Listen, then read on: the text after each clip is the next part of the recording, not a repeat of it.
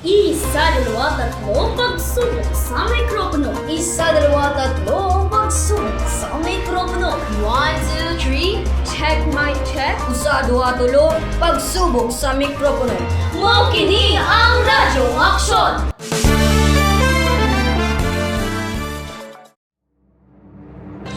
Mayong adlaw mga kaisuunan, kini ang inyong pinakabagong balita. Sa pinakahuling update, nagpadayon ang pagmonitor sa gobyerno sa presyo sa mga palitunon aron masigurado nga dili kini musa kapag-ayo. Samtang gipakusgan usab ang kampanya batok sa krimen aron mapadayon ang kalinaw ug kahapsay sa komunidad. Sa laing balita, nagpadayon ang pagpangandam sa mga lokal nga opisyal alang sumaabot nga mga kalihukan aron masigurado ang kaluwasan sa tanang lingkod. Ako si Samantha Tavera ug mao kini ang Radyo Aksyon.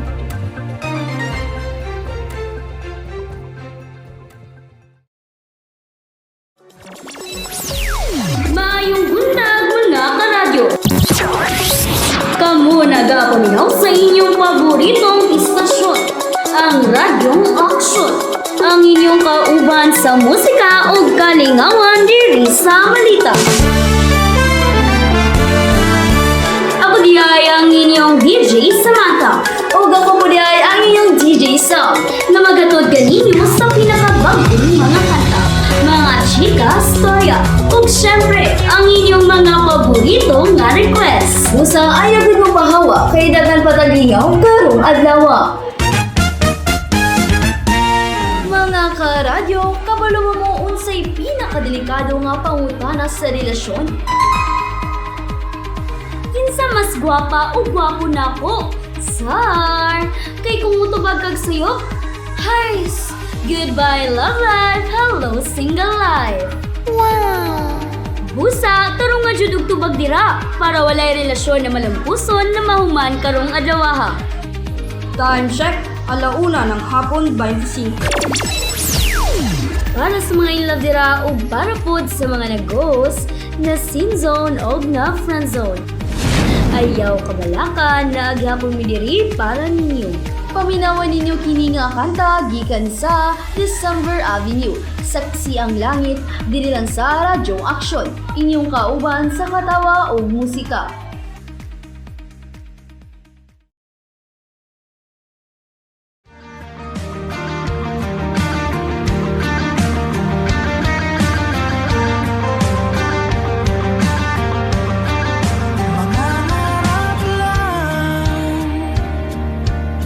Habang ika'y pinagmamasdan, nagbibilang ng iyong hakbang, hanggang ika'y aking mahagkan. Hindi sasayangin ang oras at pag-ibig mo, mas pipiliin ko ibigay lahat, pati itong aking mundo. Halika't sumayaw sa ilalim ng bituin, habang ako'y nakatingin sa iyo. Wala na akong ibang mahihiling, saksi ang langit sa atin. Mga karadyo, welcome balik sa atong paboritong segment nga sulatan sa kasing-kasing. Diin atong basahon ang inyong mga sulat, problema ug mga storya sa gugma. Hala, kinsa kay broken diri ang dapita.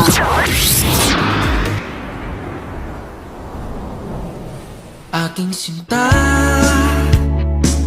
ano bang meron sa'yo? Pag nakikita ka na, bumabagal ang mundo. Pag ngumingiti ka, para bang may iba. Pag tumitingin sa'kin, mapupungay mo mga mata. Wala akong takas sa nakakalunod mong ganda.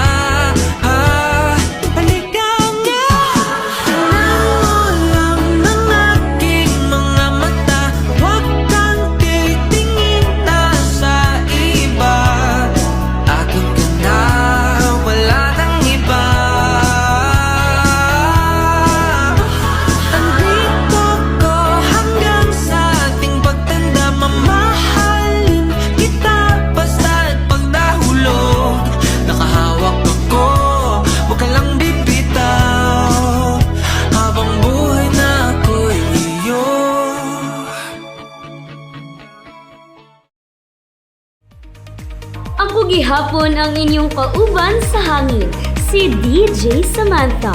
Ug karon naatay usa ka sulat gikan sa usa ka listener nga gusto magpabiling anonymous. Atong tawgon siya karon nga Leonora ang gikalimtan sa kagahapon. Kagara ba sa pangalan sa atong sender karon? Wow! Dear DJ Samantha, maayong adlaw, dugay na ko nga listener sa inyong programa. Ganahan ko maayo og tambag kay medyo gubot na kayo akong una-una. May tungod sa akong pamilya ug sa akong love life. Na ako'y nakaila na usa ka lalaki. Buutan kay siya ug masuri mampud ug kaparangan ang nawong. Tungod sa iya DJ, nakaikis ko sa nagabantay sa ako na dako nga bitin. Dako akong pasalamat sa iya kay giluwas jud ko niya kauban ako isuon sa gabantay sa amo. Ug karon malipayon nakakita sa laing dapit sa Armenia ang among lugar.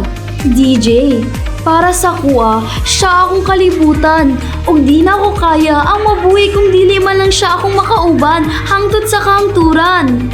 Apan, naay mga panghitabo sa kinabuhi na dili jud malikayan ug kini akong suliran. Pag magulo ng mundo, ikaw Ang ba unang ang pagkita. hinahanap-hanap ko?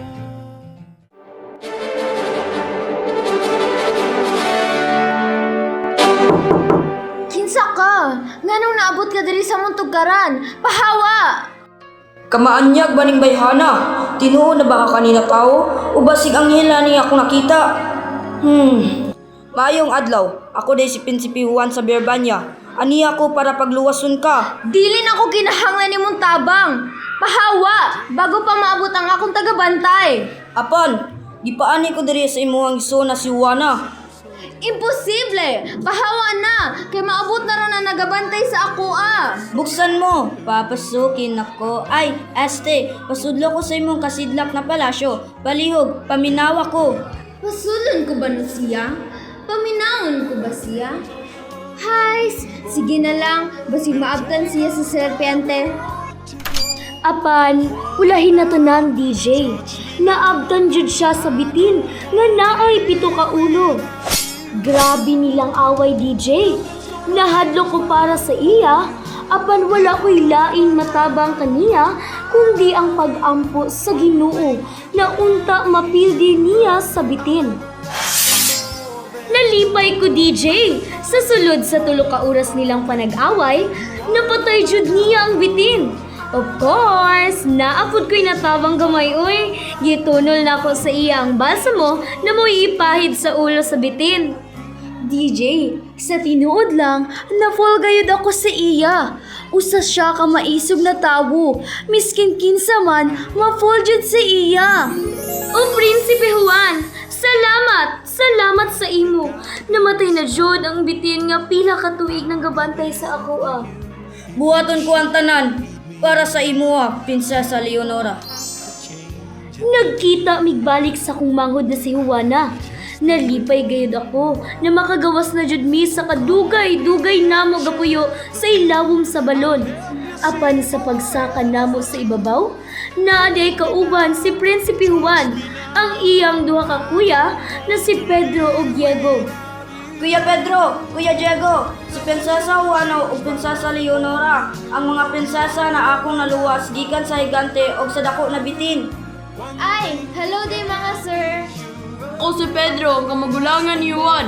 Ako si Diego. Kuya, dadun na to sila sa pagbalik sa Berbanya. Muli na data sa Berbanya, Juan. Diego, alisa, na ako'y importante na isulti kanimo. Unsa man kayo, Peds? Na ako'y plano para matuwan daw ang prinsesa. Ako si Leonora, imo si Juana. Apan, unsa naman sa buhato nato? Mangita tag paagi para dili makauban si Juan sa atong paguli. Sugot na sa akong plano kay kahibalo ko na nakakay gusto kay Juana. Ha? Unsa naman sa nato si... Ang akong sing-sing na bilin. Regalo pa naman to ni mama sa ako Ayaw ka balaka. Balikan ko kini malipay lang ka, Leonora. Huwata ako diri. DJ, di ba ba jud si Don Juan og balik sa ilawom sa balon? Apan, nakuratan mi ni Juana sa gihimo ni Pedro ug Diego. Nganong iputol nimo ang pisi? Unsaon pagsaka ni Juan og balik?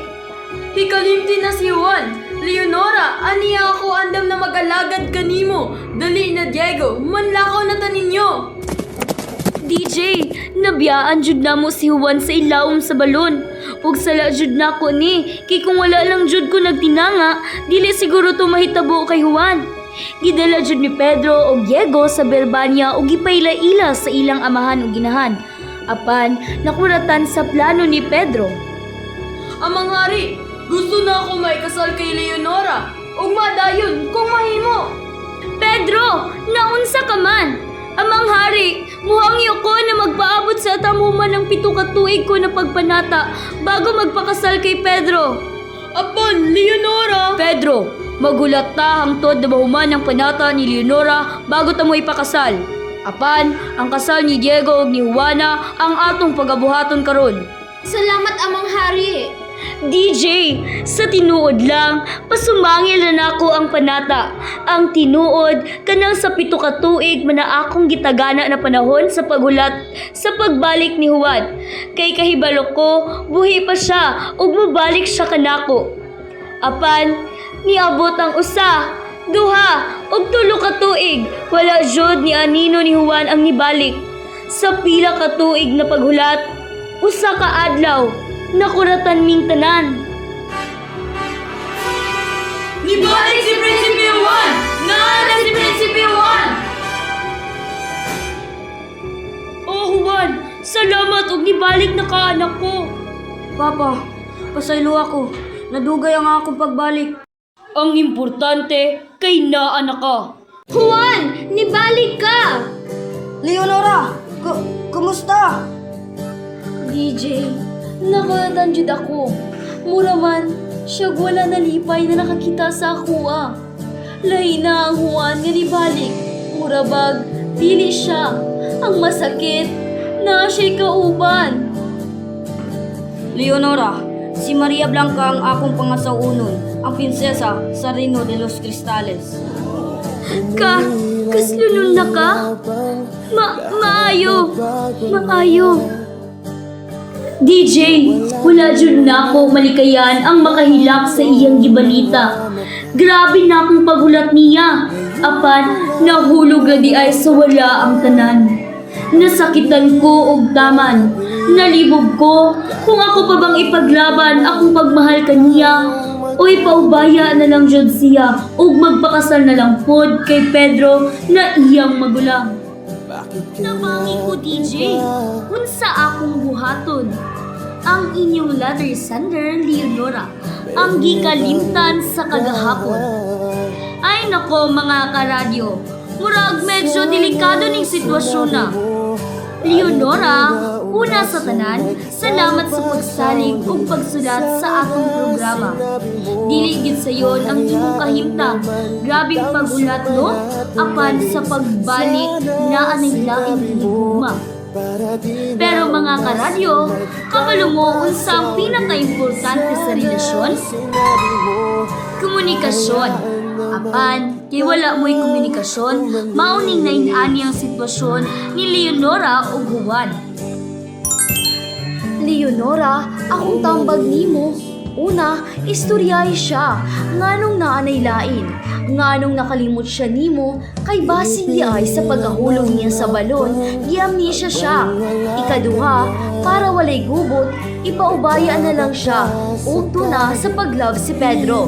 Kay hinumdumi mga karadyo, ang tinuod nga gugma, nagapaubaya para sa ikalipay sa tanan. Leonora, hinaot nga nakatabang gamay ang atong tambag. Ug sa tanan nga nakarelate sa sulat karon, ayaw mo kabalaka, dili ra kamo ang nag-inusara. Kung naapod mo'y gustong ipashare nga istorya o pangutana, pwede mo magpadala sa inyong sulat, pinaagi sa among Facebook page o text line. Padayon lang paminaw diri sa Radyo Aksyon. Uban gihapon ninyo ang inyong kauban sa gugma ug tambag, si DJ Samantha O si DJ Sam. Bago nato umanon ang atong panaguban, time check, alas 5 ng hapon. This segment is brought to you by Pride Bar Blue. Pride Bar Blue, hindi lang puti, kisla puti. Pag nilaban sa Pride Bar Blue, ang puting damit ay magiging Mas ito, mas ito, mas ito, mas ito, mas ito, mas ito. sa Pride Force, pwedeng hindi na magpina o anyel. Dahil ang Pride Bar ay may power predator na nanunuot sa bawat kaya ang ay puti at banayad pa sa Mas ito, mas ito, mas ito. Pride Force, hindi lang puti, puti. Pride Bar Blue, manufactured by ACS Manufacturing Corporation, ISO certified, world-class quality. Kumano nato ang atong panag-uban karong orasa sa usa ka awit na atong ihandog kay Leonora. Saan nagsimulang magbago ang lahat? Kailan nung ako'y di na naging sapat? Ba't di mo sinabi nung una pa lang? Ako